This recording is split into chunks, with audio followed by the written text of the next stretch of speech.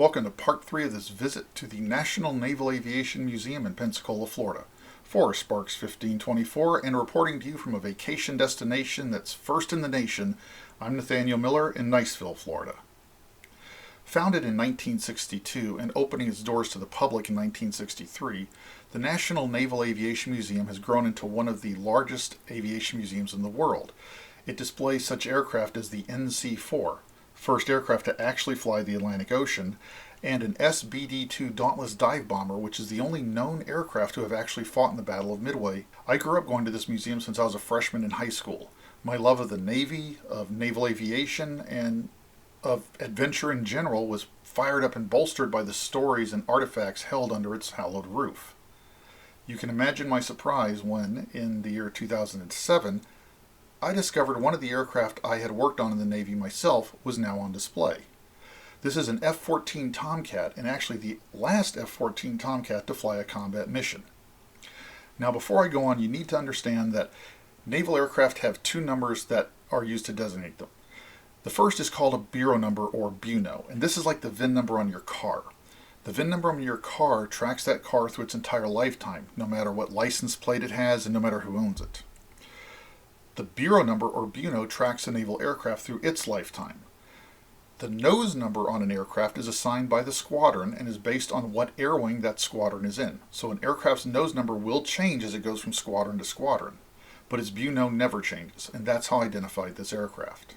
When I reported to the world-famous Fighting Black Lions of VF-213 in the year 2000, in August specifically, I was a photographer's mate second class. Now, I didn't report there to be a photojournalist or documentary photographer. At that time, there were 2,000 photomates in the Navy. 40 of us were TARPS photographers. That's the Tactical Airborne Reconnaissance Pod System. It's a 17-foot-long pod that carried 3 reconnaissance cameras and was mounted to the underside of the F-14 between the engines. We were also assigned the Lantern Pod, a smaller 6-foot-long pod that mounted under the right wing, provided the laser that put munitions on target, and filmed infrared video. These photos show myself in the foreground and some of my shipmates from the VF-213 TARP shop mounting a TARPS pod under one of our F-14s, and a Lantern pod underneath another one of our Tomcats aboard USS Carl Vinson. The final photo shows me inspecting one of the TARPS cameras prior to a launch sequence beginning in the year 2001. This was the world of the TARPS photographers' mates. All the photographs of this aircraft you're going to see I took with a small camera I kept hidden in my tool pouch.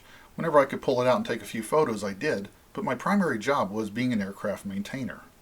The Tomcat this story centers on is F14D Bureau Number 161159. Back when I was in VF-213, she carried the nose number 111, 111, or Triple Sticks as we called her.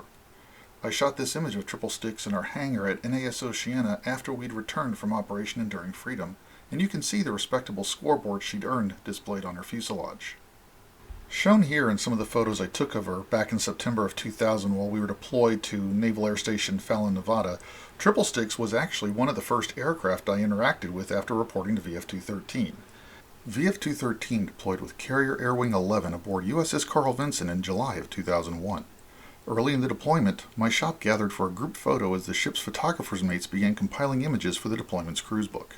Later, on a certain September morning, one of my shipmates caught me striking a pose as we began to spin up the aircraft for the day's routine flights. Not long after this photo was taken, I was directed to go aloft in a C-2 Greyhound cargo plane with some of the ship's photomates to get pictures of the air wing in the air. I was specifically tasked with shooting VF-213's Tomcats, and these are the images I got. Triple Sticks didn't fly that day, and, unfortunately, the ship's film processor scratched the film. Still, it was a good day until we trapped back aboard Carl Vinson and learned of the horrific events playing out that terrible September 11th, 2001.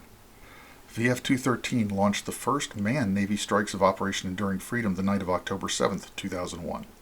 Triple Sticks, BUNO 161159, was armed up as one of the backup birds in case one of the main strike birds broke down.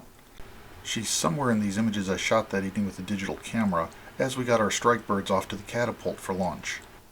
Triple Sticks flew her first mission the next evening. Over the next couple of months, I occasionally had a moment and was able to get photos of our aircraft on the flight deck, but I only have a couple of images that I can positively identify as Triple Sticks. Interestingly enough, the photo I consider my all-time favorite shot of an F-14 that I ever took was of Triple Sticks against the sunset. Our deployment ended in January of 2002. VF-213 returned to our home port of NAS Oceana in Virginia Beach, Virginia. The next several months were spent in routine maintenance and operations. We did a short deployment to NAS Key West so our aircrew could practice their skills using the aerial gunnery range. We also took triple sticks to the Oceana Hush House, a sound-dampening hangar in which we could run her up to full afterburner for maintenance checks. In the summer of 2002, I left VF-213 and was transferred to the photo lab on the island of Guam. The F-14s flew their final combat mission and were retired in 2006. By 2007, I was home on leave when Pop and I took that special tour of the Aviation Museum to see the final combat Tomcat, which was now in their collection, and lo and behold, I discovered that final combat Tomcat was aircraft 161159, or back in my day at VF-213, nose number 111, triple sticks. Today, F14D Tomcat Bureau 161159 bears the nose number 204. That's the last nose number she had on active duty, and it's the one she'll carry into posterity. However, to me, she's always going to be triple sticks, one of the first aircraft I interacted with as I learned how to earn my own tool pouch. When I visit my old friend, for that's what she is to me, I will always stand underneath her and for just a moment touch her fuselage, because doing so always brings back memories, both good and bad. Sadly, two of the shipmates I had in my shop at that time are no longer with us. But when I visit her and I touch her fuselage, I can still see them standing on the flight deck in their green gear, waiting to launch another jet, or all of us hanging out together, belly aching about the heat and the long hours, waiting for that next mission to come back so we could do it all over again. That's the joy of visiting a military museum. You never know who you're going to run into. That docent over there, that tour guide you're listening to here, that person standing right next to you. They may be somebody who worked on similar systems as to what you're looking at, or, like me, they may be somebody who actually worked on that very bird, that very aircraft or weapon or car or whatever that's in front of you. But if you find a veteran who knows something about that system, if not that very item you're looking at, let them tell you about it. Let them help that story come alive. It'll make the past more meaningful, it'll let you understand the story and appreciate it better, and you might even find yourself appreciating your own place in the story. If you care to visit the Naval Aviation Museum, I've included their website below. Please check them out. They have a lot to do and a lot more to offer. If you care to read about part 3 of my adventures, I've also linked my column in the description below. I thank you for your time. I hope that maybe today is the day I earned your subscription. Sparks 1524 is more than just a travel log, although I'm doing that a lot right now because I am on a cross-country trip. I discuss everything from the writer's craft to mental health issues to whatever strikes my fancy. If you enjoyed this video, I do ask you to please hit that little like button. Feel free to share it if you think it's worthwhile. I look forward to seeing you in the future, and until we meet again, remember to always go and do great things.